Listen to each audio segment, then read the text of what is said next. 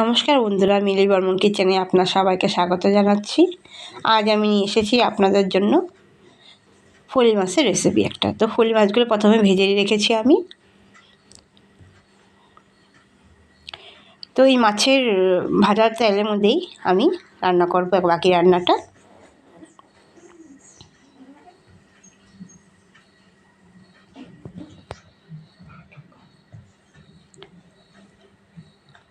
এই মাছটা রান্না করব আমি মেটে আলু দিয়ে।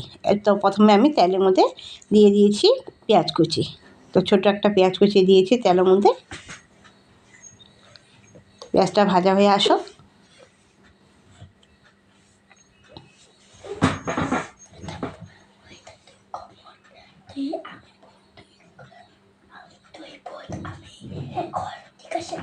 তারপর আমি এখানে বাটা মশলার মধ্যে দিয়েছি পেঁয়াজ, রসুন, কাঁচা লঙ্কা আর আদা। তো এটার পেস্ট দিয়ে দেবো এখানে। টমেটো দিইনি আমি এটার মধ্যে। এই পেস্টটা আমি দিয়ে দেবো এখন তেলে।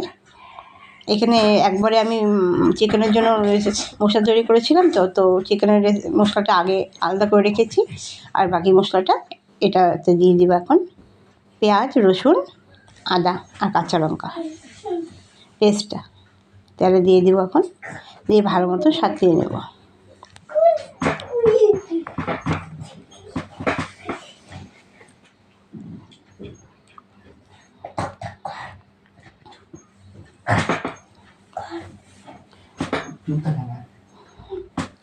মশলাটা ভালো করে ভেজে নেব আমি তেলের মধ্যে।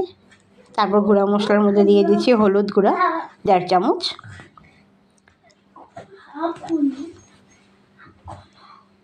তারপরে জিরে গুঁড়ো দিয়েছি 1.5 চামচ, আর কাশ্মীরি লঙ্কার গুঁড়ো কালারের জন্য অল্প দিয়ে দিচ্ছি।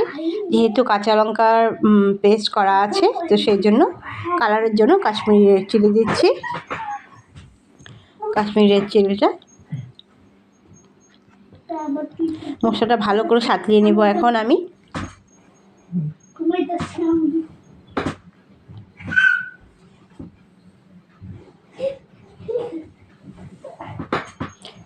এখন এই যে মেটে আলু যে আমি সিদ্ধ করে রেখেছিলাম, ওইটা আমি দিয়ে দিচ্ছি এই মশলাটার মধ্যে। 3 সিটি মারার পরে এটা মেটে আলুটা একটু গলে গেছে। আগে করেছিলাম যে রেসিপি, ওটাতে 2 সিটি মেরেছিলাম, গোটাই ছিল। তো মেটে আলুটা দেওয়ার পরে দেখেন মশলাটা সাজিয়ে নিয়েছি আমি। এটাতে লবণটা দেওয়া হয়নি, তো একটু আগে সবার আগে একটু চিনি দিয়ে দেবো। স্বাদটা ভালো হয় চিনিটা দিলে।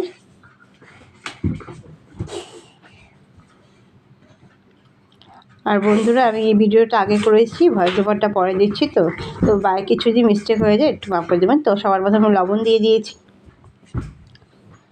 তারপর একটু চিনি দিয়ে দিব স্বাদের জন্য। লবণটা স্বাদ অনুসারেই দিলাম।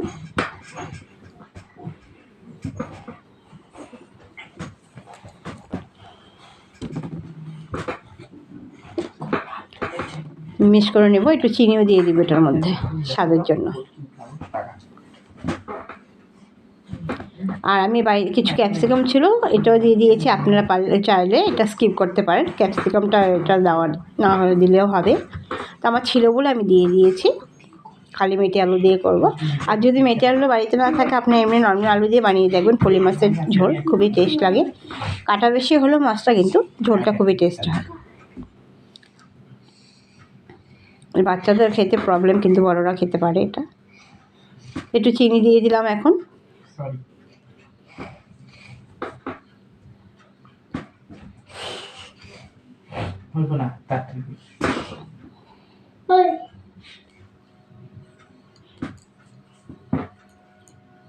মশলাটা সাথে নিলাম ভালো করে। এখন একটু অল্প জল দিয়ে দেবো। এখানে সাইডে আমি গরম জল বসিয়ে রেখেছি।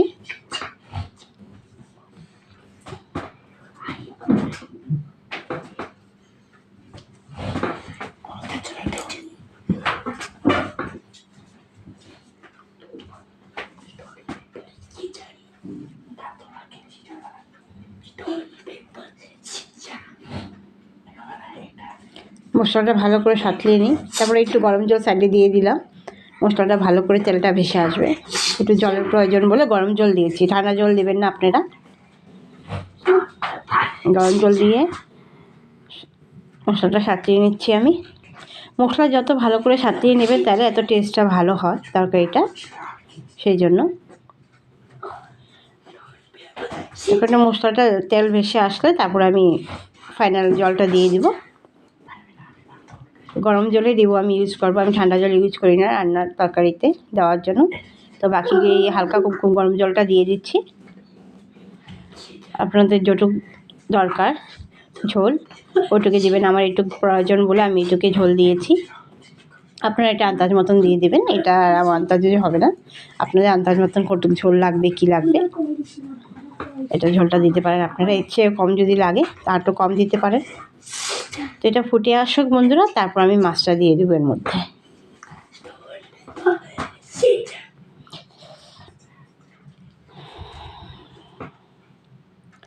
ঝোলটা ফুটে আসুক।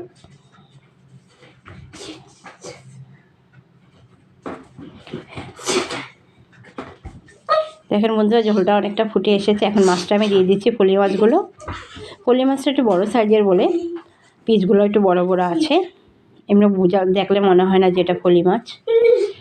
তো সেই জন্য আমি ঝোলটা করেছি এইভাবেই। করলা মাছের নর্মাল আজকে ঝোলটাই করি এইভাবে পলি মাছে কিন্তু, আর বিশেষ করে পলি মাছটা পাতলা ঝোলেই ভালো লাগে।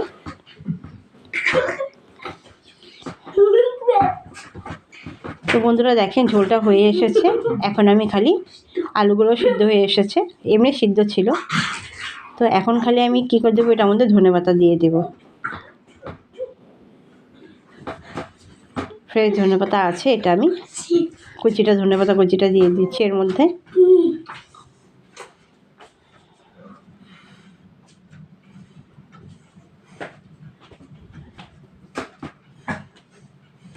ওই ধনেপাতাটা দিয়ে দিচ্ছি এখন আমি।